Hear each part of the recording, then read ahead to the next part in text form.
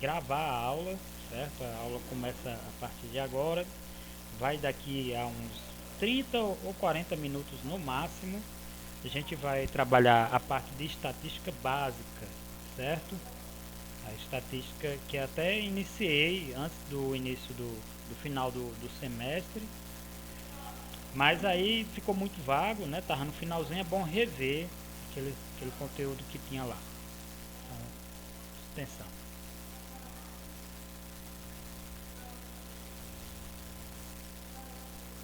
Bom, pessoal, o objetivo dessa aula é estudar os conceitos da estatística básica, certo? São três conceitos: a população, a amostra e a variável. Como eu disse, em qualquer momento aqui dessa apresentação, se alguém solicitar entrada na sala, eu vou sair, né, dessa tela para aceitar a pessoa. E em qualquer momento que você escutar alguma coisa aqui que não entendeu, você, por favor, pegue a fala aí e pergunte, porque eu volto aqui e explico um exemplo ou outro que eu venha falar, algum conceito que venha falar aqui. No final, a gente vai fazer um exercício, um exemplo prático de organização dos dados. Então, tem uns dados aqui no exemplo, eu vou organizá-los. Tá bom? Para conceituar o que é estatística básica, é bom inicialmente, né, descobrir para que ela serve. Né? A gente conceitou alguma coisa de melhor maneira dizendo para que essa coisa serve. Né? E antes de começar esse conceito, a gente tem que analisar que em ciências, né, em ciências, os fenômenos que são estudados, eles são estudados a partir de duas abordagens: a determinística e a probabilística. Né? Existem dois tipos de abordagem para os problemas em gerais, né? Os fenômenos analisados. Essa primeira aqui, a determinística, é aquela abordagem da física clássica, certo? Da ciência clássica. Então, se você está lá estudando um exemplo do ponto de vista determinístico, você tem um modelo matemático que vai, a partir de uma fórmula, dar valores com precisão do que se quer estudar, ou seja, com precisão é com melhor exatidão, mais próximo do valor real possível. Eu vou explicar com exemplos. Eu vou explicar com exemplos. Bom, a dilatação dos sólidos. Em física, quando vocês estudaram física lá no segundo ano, vocês viram que um sólido, quando ele recebe calor, quando ele varia de sua temperatura, ele também varia do seu volume. E aí existe uma fórmula, aqui está ela, que determina como é que se comporta essa variação. Para isso, você só precisa saber basicamente um pouco de informação, como o volume inicial, que era do sólido, o material que era feito aquele sólido e a variação da temperatura que aquele sólido sofreu. Tá bom? Se fosse uma barra de ferro, seu volume inicial e a variação de temperatura são suficientes para determinar o volume final. O volume final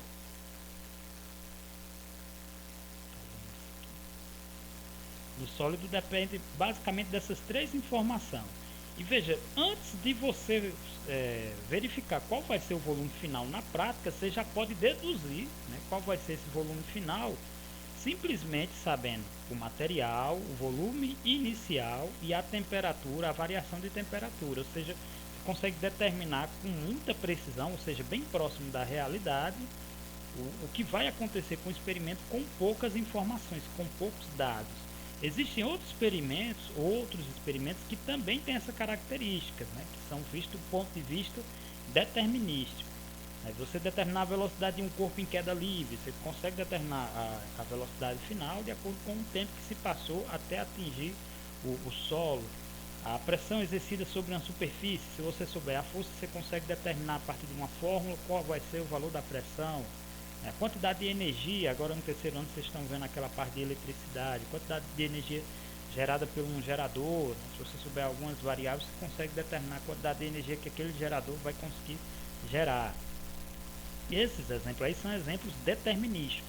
A partir de um pouco conjunto de poucas informações, poucos dados, você consegue antever, né? Fazer uma previsão de como é que vai ser o resultado de alguma coisa que você esteja analisando, estudando. Mas nem todo exemplo, né? Nem todos os exemplos funcionam assim. Né?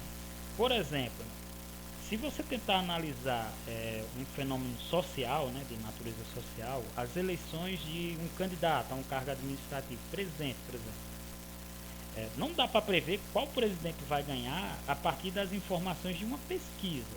Não dá para prever com certeza. Né? Você tem uma estimativa ali, uma ideia, né, de quem vai ganhar, mas você não pode garantir com 100% de chance. Só vai ganhar fulano de tal nessas eleições porque fizemos a pesquisa aqui e ele está disparado na frente. Isso não é verdade. Não dá para prever também o número de acidentes que vão acontecer em uma determinada estrada. Também é um fenômeno. Né? É um fenômeno, dessa vez, físico, social, né? Por acaso a Polícia Rodoviária Federal fica monitorando uma estrada e aí já tem um histórico lá de quantos acidentes acontecem, mas ela não consegue prever, semana que vem vai acontecer X acidentes. Não com certeza, talvez ela tenha uma proximidade, uma estimativa. Não dá para prever como é que vai se comportar uma doença epidemiológica, né? Se ela vai crescer mais, diminuir, com certeza, né? Dá para ter uma estimativa de quando é que vai ser seu pico, de quando ela vai começar a diminuir, mas essas coisas não são tão previsíveis. Não dá para prever, por exemplo, a incidência de chuvas, se vai chover, se não vai chover em uma determinada região, volume de chuvas que vai ocorrer, também é uma coisa que não se tem certeza. Todos esses 4 fenômenos aqui são fenômenos que a gente tem uma ideia, uma probabilidade, por isso esse nome, uma abordagem probabilística. Para melhorar a nossa previsão, né, a gente pode não acertar 100% das vezes, mas pode chegar próximo de acertar em várias tentativas, né, a partir da quantidade de informações que se tem. Não é como os anteriores deterministas que só tinham poucas informações. Aqui não, aqui tem vários dados. Você faz uma coletagem de dados, organiza esses dados de maneira que possa ser feita uma leitura dos dados, e aí sim você tem uma previsão melhor. A ciência, o ramo da matemática que faz essa organização, essa coleta de dados, né, que faz essa leitura de dados, que deixa ela de uma melhor maneira de se apresentar, é a estatística. Então a estatística é a ciência que dá suporte a ponto de vista probabilístico, do ponto de vista de análise de fenômenos, a ciência probabilística.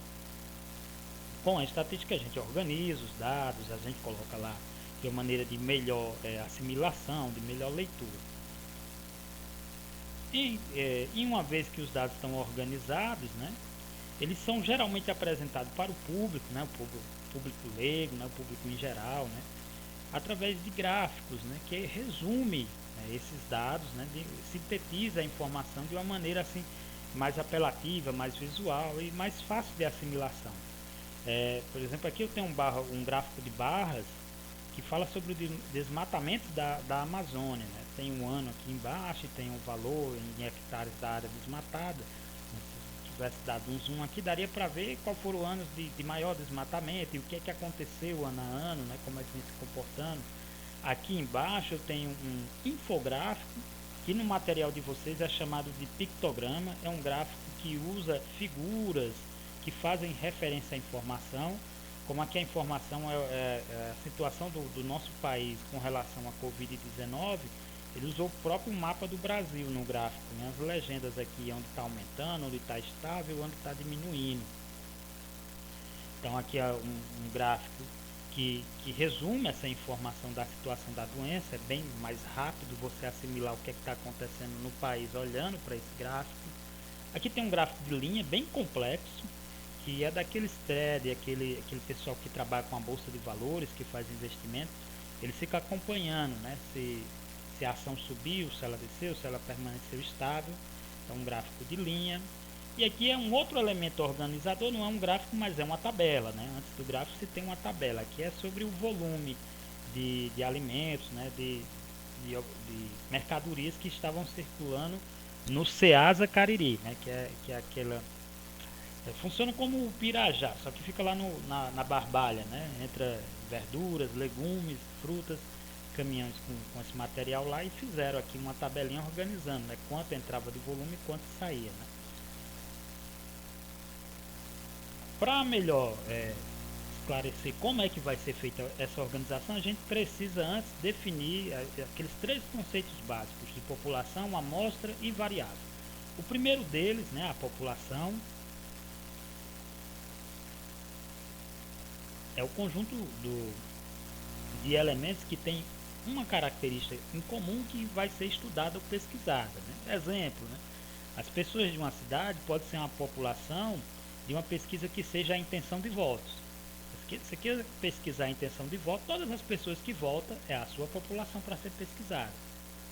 As peças da fábrica pode ser a população, né, de uma pesquisa ou de um estudo que queira calcular o número de horas que uma peça dura até quebrar, até queimar.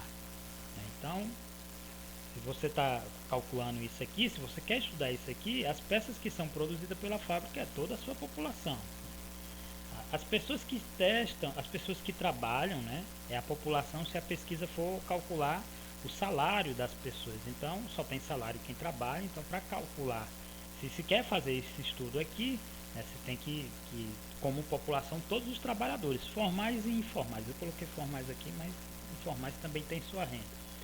As pessoas que testam positivo para uma determinada doença, né, é a população para a fatalidade daquela doença, o número de óbitos que aquela doença pode ocasionar. Então, se está calculando o número de óbitos, quanto é fatal uma doença, se tem que testar, se quer trabalhar com toda a população é todos que testaram positivo para aquela doença, para os que ficaram realmente doentes, né? Só que, por vezes, na maioria das vezes, na verdade, não se estuda toda a população. Né? A gente tem a ideia da amostra, um subconjunto, uma parte da população. Né? A amostra, então, representa um pedaço, um subconjunto da população. E por que não se faz o estudo da população inteira? Né? Por que se faz a amostragem e não se faz o estudo da população inteira? Geralmente se faz isso porque é muito caro e inviável fazer uma pesquisa na população inteira. Imagine vocês fazer uma pesquisa sobre a intenção de votos da população do Brasil numa eleição de presidente. Você ia ter que perguntar no território inteiro, né, qual a intenção, quem é a preferência de voto de todos aqueles que votam. Sairia uma pesquisa muito cara, sem falar que demorada, porque o território é continental, muito grande. Outras vezes não dá para fazer a amostragem, por quê? Porque se envolve um processo destrutivo. Imagine vocês que a pesquisa é calcular o tempo de hora de uma lâmpada até que ela queime, em uma fábrica. Né? Para fazer essa média de tempo de horas de duração de uma lâmpada até queimar, né, como se diz no popular, até quebrar, parar de funcionar, você tem que testar todas as lâmpadas. Se você testar todas as lâmpadas, você dá a melhor média possível. No entanto, você não vende nada, porque acabou tudo, né? Se você der a melhor média possível, você testa todas as lâmpadas até queimar, o que é que você vai vender?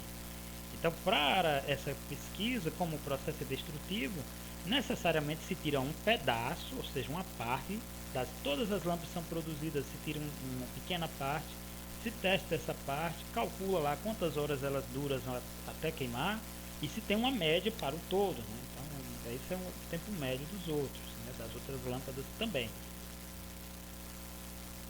Em seguida, a gente vê a definição de variável. Né? A variável é o objeto que está sendo investigado. Né? Basicamente, existem dois tipos de variáveis. A quantitativa, que tem como resposta um número, a qualitativa, que tem como resposta uma característica ou uma preferência do entrevistado. Já falamos aqui de uma pesquisa de intenção de votos. Se você quer pesquisar sobre a intenção de votos de uma determinada população, isso aqui é a variável. Ela é de que tipo? Ela é qualitativa. Porque a resposta para essa pesquisa aqui, você diz o nome do candidato. A minha intenção é votar no candidato A, a minha intenção é votar no candidato B, e não um número. Então, variáveis que tem como resposta qualquer coisa que não seja um número é qualitativa. Tempo em horas de uma peça até quebrar, salário de uma pessoa, número de óbitos são variáveis quantitativas porque a resposta necessariamente envolve um número. É 300 horas em média que essa lâmpada dura até queimar. O salário eu recebo o salário médio de uma determinada região é 2 salários mínimos, um salário mínimo e meio. Então é um valor X, 1,5, 2,5, R$2.000, 1.000. Valores numéricos, número de óbitos de uma determinada doença são variáveis quantitativas. Existem, né, vários exemplos de variáveis qualitativas, outros, né, às vezes um questionário pergunta a cor dos olhos do candidato, a cor do cabelo, uma preferência, né? Ele prefere que tipo de cor de carro, né? Que tipo de rede social ele se comunica mais. A resposta não é um número, então ela vira qualitativa. Vamos ver como é que se dá o processo de organização dos dados, né? Então a população, a amostra e a variável de uma maneira prática, a partir de um exemplo. Supõe que um pesquisador do IBGE, né, que é o Instituto Brasileiro de Geografia e Estatística, ele vai fazer um levantamento do número de filhos, né, por casal, né, por famílias. Ele sai de casa em casa e pergunta quantos filhos aquele casal tem até 15 anos. Né? Ele só considera que é filhos ou crianças até 15 anos, depois de 15, 16 para lá, ele considera como emancipado. Isso é o que está na pesquisa dele.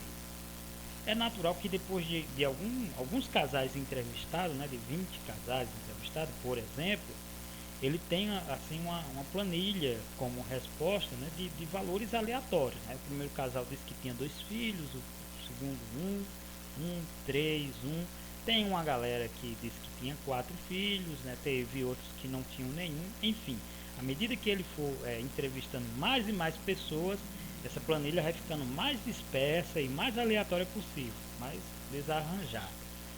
A estatística vem e organiza esses valores em uma tabela, é o nosso primeiro instrumento de organização. No livro de vocês, logo no início, quando define lá população, amostra e variável, vem a tabela de frequência. Ele fala lá o que é a tabela de frequência. Vamos ver essa tabela de frequência a partir desse exemplo.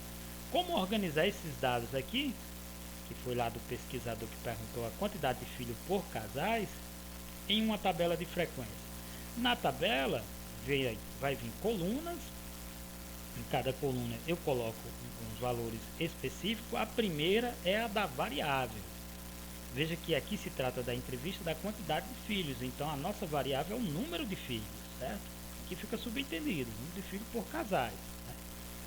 Então, aqui, olhando para a lista, a gente vê que teve casais que não teve nenhum filho, 0, e teve casais que no máximo teve 4, então vai de 0 a 4, aqui essa coluna da variável. Com relação à coluna aqui que vai ficar a frequência absoluta, a frequência absoluta resumida aqui por FA, a gente vai contar a quantidade de vezes que essa variável apareceu para preencher aqui. A variável 0, ou seja, a quantidade de casais que disseram que não tinham filhos, portanto 0 filhos, foram apenas 2, ó, aqui e aqui. Então por isso, aqui a gente começa preenchendo com 2. Com 1, aí se conta a quantidade de 1 que aparece aqui na lista. Foram 5. Com 2, quando você contar, tem 7. Com 3 filhos foram 4 casais. E com 4 filhos foram 2 casais. Quando se soma a frequência absoluta, você tem que ter o total de casais, né, que foram até o momento entrevistado, no caso 20.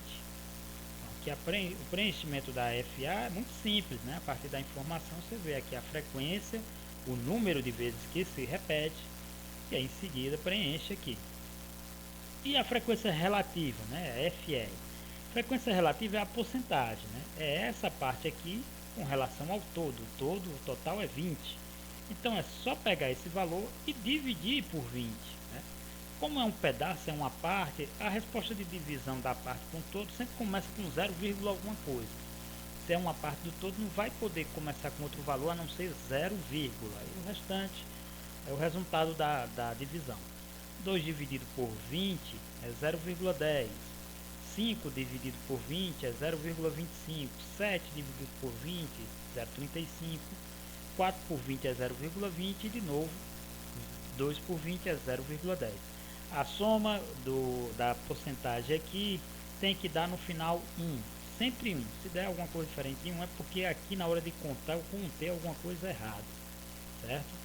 Que é o total aqui em porcentagem. Está na forma decimal, ou seja, está com vírgula. E para passar para a porcentagem mesmo, multiplique por 100, ou seja, ando essa vírgula 2 casas decimais. Então 0,10 é a mesma coisa que 10%. 0,25, 25%. E assim vai. 35 é 35%, 0,20 é 20%. E aqui 10% de novo. A soma das porcentagens aqui, ó, e veja que eu não coloquei o sinal de porcento aqui, por quê? Porque vem em cima já, não preciso colocar lá do lado. Já fica subentendido, todo mundo que está aqui na coluna está em porcentagem.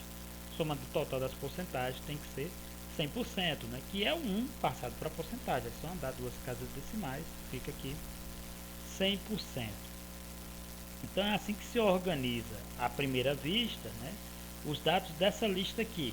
Veja que a tabela fica mais organizada do que a lista. Olhando a tabela, eu posso rapidamente saber quem é que está aparecendo com maior frequência. Aqui são os que teve 7, são os casais que disseram que tem 2 filhos. Com menos frequência são os casais que não tem filho nenhum, casais que tem 4 filhos, aparece menos vezes, né? Mas existe um outro instrumento que vai organizar melhor isso aqui, que é o gráfico, né? Tem aí 2 exemplos de gráfico do mesmo estudo, é ainda em cima daquela tabela, né? Esse primeiro aqui é o gráfico de barras, né? O nome já é feito por conta das barras, né? No gráfico é só colocado 2 informações, né? Se você preencher o gráfico com várias informações, ele pede a característica fundamental dele, que é o que? Simplificar os dados. Se o gráfico é cheio de informações, ele não está simplificando nada, às vezes até está atrapalhando. Então nesse gráfico aqui eu tenho essa coluna aqui vertical, que é a variável, ó, veja só aqui os que tiveram 0 filhos, 1, 2, 3, 4, quantidade de filhos, portanto, e tenho aqui o horizontal, que é a frequência, né? Quantidade de casais que não tem filho, foram 2, que tem 2 filhos, 7, e assim vai. Então nesse gráfico aqui, só foram colocados os valores da primeira e da segunda coluna. Não foram colocados de mais nenhuma outra coluna. Não é a tabela toda que tem que ir para o gráfico, não é necessário. Você pode simplesmente colocar 2 colunas por tabela.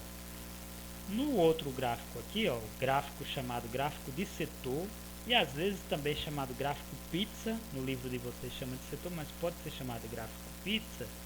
O que se tem é a porcentagem. Não tem um sinal de porcentagem do lado, por quê? Porque aqui já vem dizendo, ó, está em porcentagem. Então 10% aqui, esse azul escuro, ó, eu vou para a gravura, ó, a gravura aqui é os que tem 4 filhos, corresponde a 10% do total do estudo.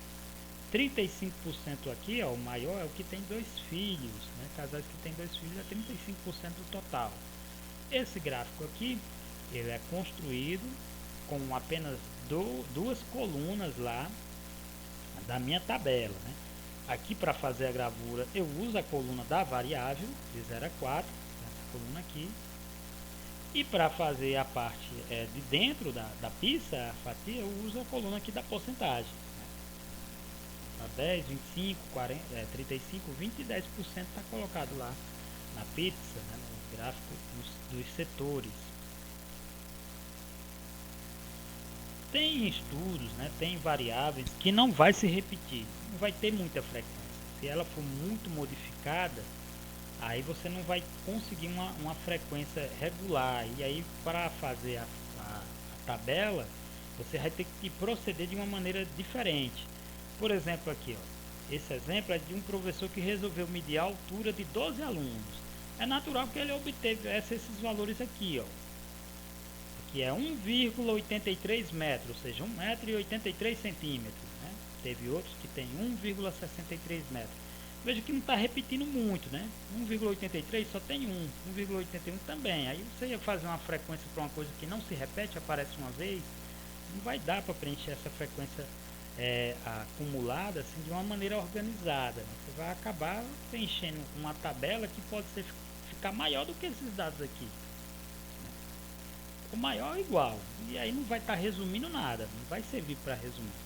Quando isso acontecer, quando os valores forem muito dispersos, né, necessariamente será obrigado a abrir intervalos, ou seja, aqui na minha variável, ao invés de colocar os valores individuais de cada um deles, eu vou observar a menor altura aqui é 1,63, a maior altura é 1,83, então vou fechar em intervalos de 10 em 10, ó, de 1,60 a 1,70, de 1,70 a 1,80, de 1,80 a 1,90. E agora eu faço a frequência acumulada, não dos valores individuais, mas do intervalo que sai daqui até aqui.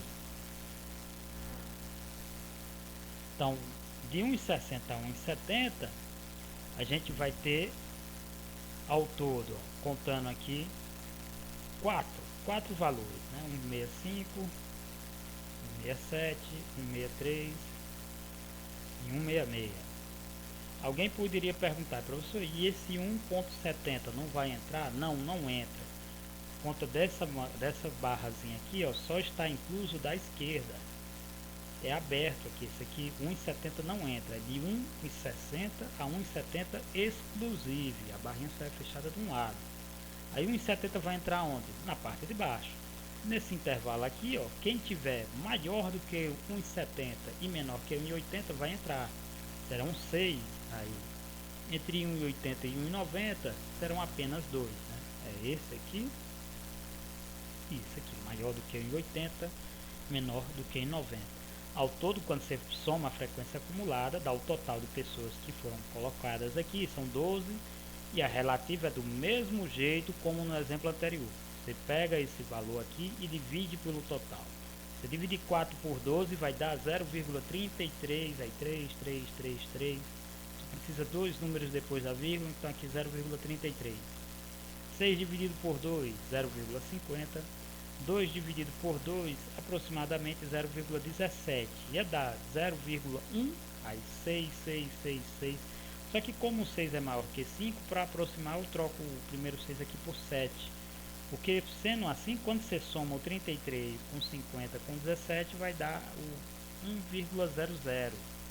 1, que na forma de porcentagem vai virar o 100, que aí a vírgula anda duas casas decimais, que é 33%. 50%, 17% e 100, né? Soma da porcentagem. Veja que dessa vez aqui eu fui obrigado a abrir o que a gente vai chamar de intervalos. Quando os valores são muito dispersos, é necessário fazer intervalos. Ou a própria questão vai dizer, né? Organize os dados aí em intervalos. Esses intervalos também são chamados de classes, são sinônimos lá. Então, cada intervalo desse aqui poderia ser chamado a classe.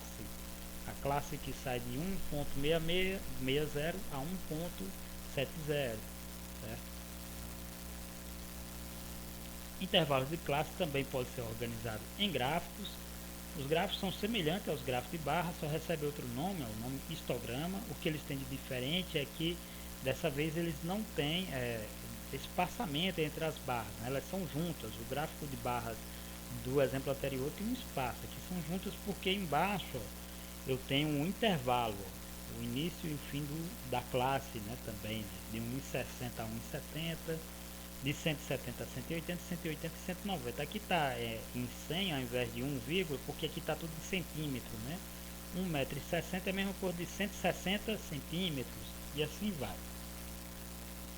Então, de 1,60 m a 1,70 m foram 4 alunos aqui a altura da barra. Então, no gráfico histograma, foi colocado só a coluna das classes aqui embaixo, né, com as barras juntas, e a altura aqui corresponde à frequência acumulada.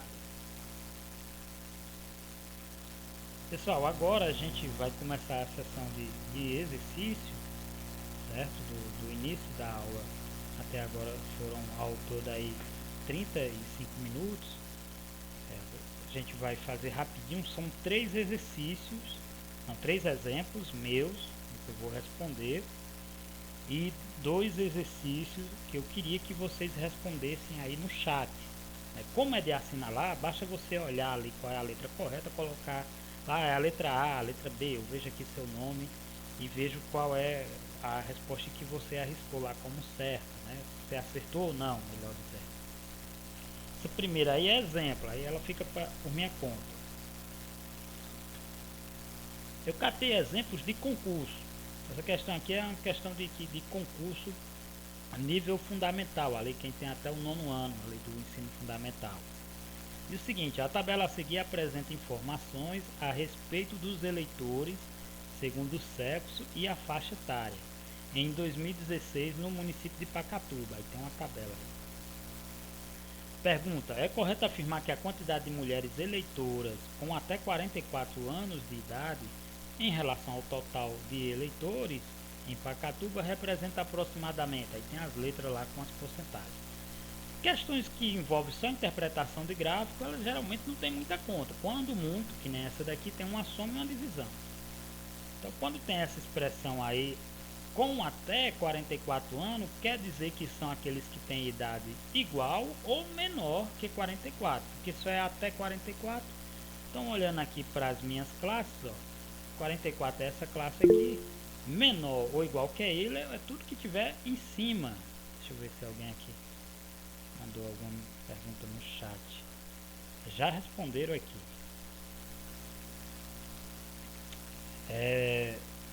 Então, como eu ia dizendo, até 44, menor do que ele, é tudo que tiver acima dessa classe. Então, olhando aqui só para a parte feminina, ó, acima dessa classe eu tenho 97, 665, 861, 941. Você soma todos eles. Então, o total de mulheres que tem idade menor ou igual a 44 vai ser esse total aqui, ó, 2.564. Agora, para saber esse valor aqui, quanto esse valor representa do total de mulheres, né? Que é aqui até 44. E do todo, esse valor representa quanto? Bom, para saber quanto uma parte representa de um todo, é só dividir a parte pelo todo, ou seja, dividir 2.564 por 4.862. Nessa divisão aqui, né, que sempre dá a parte de um todo 0, alguma coisa, a gente obtém 0,527. Aqui, passando para a forma de porcentagem, você anda a vírgula duas casas decimal, então ela vem para aqui, ó, ficar 52,7%. Olhando lá para as alternativas, 52,7% seria essa letra aqui, ó, letra C. Ok?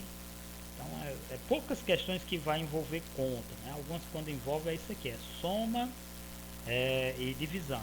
Uma interpretaçãozinha da tabela ou do gráfico, quando for de gráfico, somar e dividir. Por exemplo, esse exemplo 2 aqui também é uma questão de concurso, no entanto não tem conta nenhuma. Você apenas precisa ler e interpretar a tabela.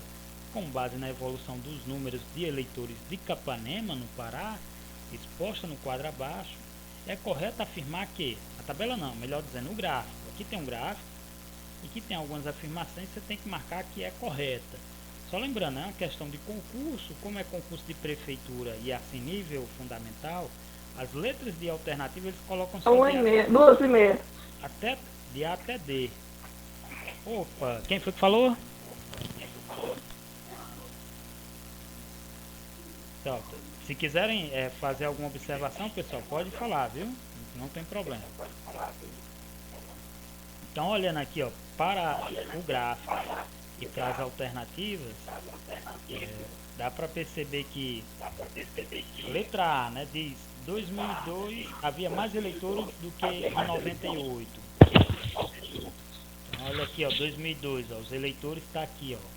Aqui é o ano e aqui é a quantidade de eleitores. É a letra B, Vladimir. Letra B, aqui? Ou D de dado? D de Deus. Ah, D de Deus. Tá certo, é a letra D. Realmente é a letra D. Ó, a letra A não é verdadeira porque tem mais eleitores em 2002 que em 98. A letra B fala de um assunto que era em 2010. O gráfico termina em 2006, não dá para dizer nada de alguma coisa que aconteceu em 2010. A letra C em 80, o gráfico começa em 88, não dá para dizer nada de 80. Por exclusão, D de Deus, muito bem, é isso mesmo. Né? E é lógico que você pode ver que a afirmação é correta, né? Em 2000 houve uma diminuição com relação a 98. Né? Você pega aqui 2000 para 98, ou de 98 para 2000, ó, o gráfico está diminuindo. A afirmação correta é a letra D. Tem um monte de questões desse tipo também no Enem. Veja esse exemplo aí, esse é um exemplo do Enem, é um exemplo que tem um gráfico, uma informação e não tem conta. O que você tem que fazer é ler, interpretar alguma coisa do gráfico e você não vai precisar fazer conta para responder. Diz o seguinte, o gráfico expõe alguns números da gripe H1N1. Entre as categorias que estão em processo de imunização, já está completamente imunizado os trabalhadores da saúde. Aí no gráfico aqui é pequenininho, mas depois vai ter uma versão dele maior. Trabalhadores da saúde está aqui embaixo, ó. Vê que a barra foi lá no 100%, então tá todo mundo aqui imunizado, a galera já tomou a vacina, então não pega mais H1N1. De acordo com o gráfico, entre as demais categorias, né, com exceção dessas, as demais são as outras 5. Aqui está mais exposta a gripe H1N1 é a categoria D. Aí tem lá, só tirar essa barra aqui do meio, indígenas, gestantes, doentes crônicos, adulto entre 20 e 29 anos ou criança de 6 meses a 2 anos. Tem outra versão aqui do gráfico. Opa, não tem, mas eu vou dar um zoom aqui e aumentar ele. Cuidado com a interpretação da questão, porque como tem ali a expressão aqui, está mais imunizado, esse mais dá uma vontade da gente pegar aqui a maior barra e tacar como resposta. Essa aqui é a galera que está mais imunizada. Mas é o contrário, é que está menos, é adultos entre 20 e 29 anos. Exatamente. Está mais imunizado, né, significa que se tomou... só um momento. Aliás, que está mais imunizado não, está mais exposto significa tomar menos vacina, né? Então a galera que tomou menos vacina é essa galera aqui, ó, entre 20 e 29 anos. Muito bem, aí é o contrário, né? Está mais exposto à doença é a galera que tomou ou que menos se vacinou. E aí a resposta correta seria a letra D. Né? A letra D também, ó, de 20 a 29 anos. Essa questão aqui é um exercício. Eu queria que vocês dessem uma lida aí nela, tá bom? Eu vou ler também aqui. Vou dar um zoom depois nesse gráfico, que ele ficou pequenininho. E vocês vão, a partir das alternativas, marcar aí no chat qual é a alternativa correta. Se alguém quiser falar aqui também não tem problema. O gráfico a seguir apresenta o gasto militar dos Estados Unidos no período de 88 a 2006. Com base no gráfico, o gasto militar no início da guerra do Iraque foi de, aí tem aqui de milhões, né? Lembrando que essa vírgula 00 aqui não conta, então teve 6, 2 pontinhos aqui é milhões, né? E teve 3 pontinhos aqui já é bilhões, né? Não tem nada aqui na ordem de trilhão, porque também já seria de morte, né? Então lá o gráfico, uma versão maior dele, né? Eu vou ainda dar um zoom. Você vai poder dar uma analisada, ó, que nesse lado aqui, que tem os gastos, o que tiver aqui já está em bilhões, o que já vem formando aqui. Então o que está aqui não é 600, é 600 bilhões. Aqui é o ano e também tem o nome aqui dos conflitos, ó, os conflitos em que ano ocorreram, né? Então você dá uma olhadinha aí nesse gráfico para verificar qual seria a letra correta. Vou esperar aí um tempo aí de 2 minutos. Nem tanto, né? 1 minuto e meio eu acho que já é o suficiente para o pessoal identificar aí qual seria a letra correta.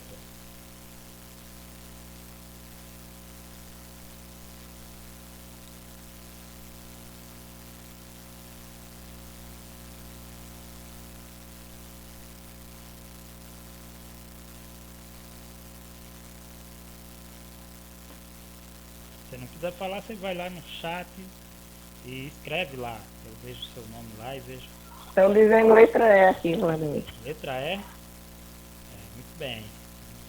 Já disseram letra E aí no chat, né?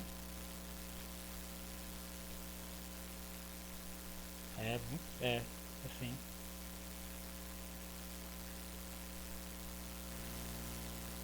Segunda e última questão da aula de hoje. Aqui completamos de videochamada 1 hora, né? Mas nem toda videochamada foi aula, né? Tem um início ali que é esperando o pessoal chegar, né? Então de aula mesmo acredito que está entre 40 minutos, como calcular.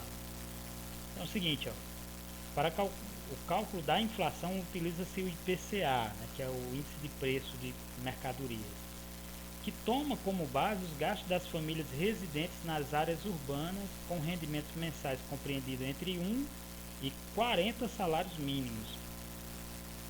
O gráfico a seguir mostra a variação do IPCA de 4 capitais brasileiras no mês de maio de 2008. Com base no gráfico, qual item foi determinante para a inflação de maio de 2008? Não tem contas, as alternativas aqui com relação ao gráfico, eu vou dar um zoom daqui a pouco, mas veja na leitura, né, que diz que a inflação se leva em conta ou se utiliza o IPCA. Se for maior IPCA, maior é a inflação, né? E a pergunta é qual dos produtos leva a inflação lá para cima? Então o gráfico aqui é sobre o IPCA, dá para intuir, né, que vai ser aquele produto que também tiver o IPCA mais alto, né? Aqui tem um zoom dele. Até se você não soubesse muito de matemática ou nada de estatística, já dá para se ligar de qual é o produto que joga a inflação lá para cima, que joga o IPCA lá para cima, né? Esse pretinho aqui não conta porque ele é a soma de todos, é o geral.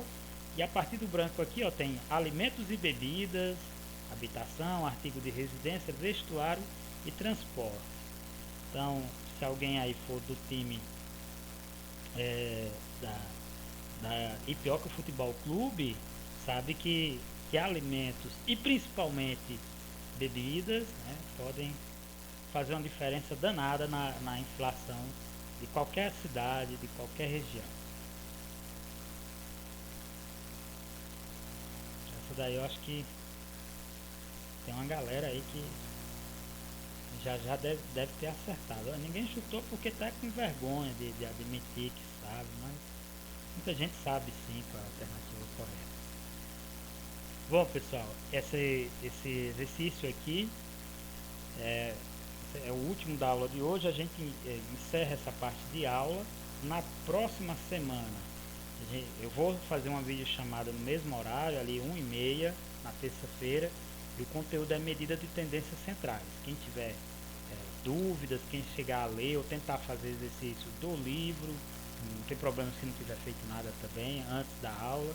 Quando chegar na aula vai poder perguntar, interagir mais.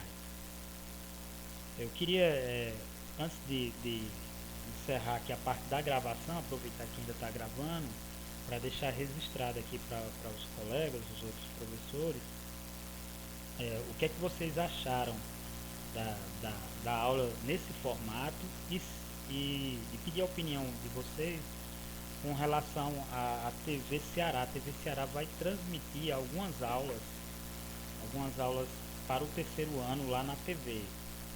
Então seria bom utilizar aquele meio, né, a TV, para passar a aula para vocês, ou continuo por aqui mesmo? Aqui nem sempre vai dar assim. Eu acho que essa aula dessa semana e a próxima eu vou ter que fazer por aqui. Então se a gente for migrar para usar o sistema da TV, lá eles fazem a aula, vocês assistem na televisão mesmo. O que eu posso fazer é baixar e mandar o link de algum vídeo no YouTube da própria aula, da mesma aula por aqui, para vocês darem uma olhada, né, na aula, e os exercícios serão de temas. Eu vou ter que seguir o que eles estão fazendo lá, já não vai ter mais esse conteúdo aqui. Mas a da semana que vem já está fechado, vai ser estatística ainda para continuar essa. Então vai ser só da outra, se a maioria decidir por esse sistema da TV. Então vocês respondam aí no chat, né, se preferem continuar com videoaulas aqui. Se não for chamada, vai ser aqueles vídeos em curto de antes, ou se preferem pela TV.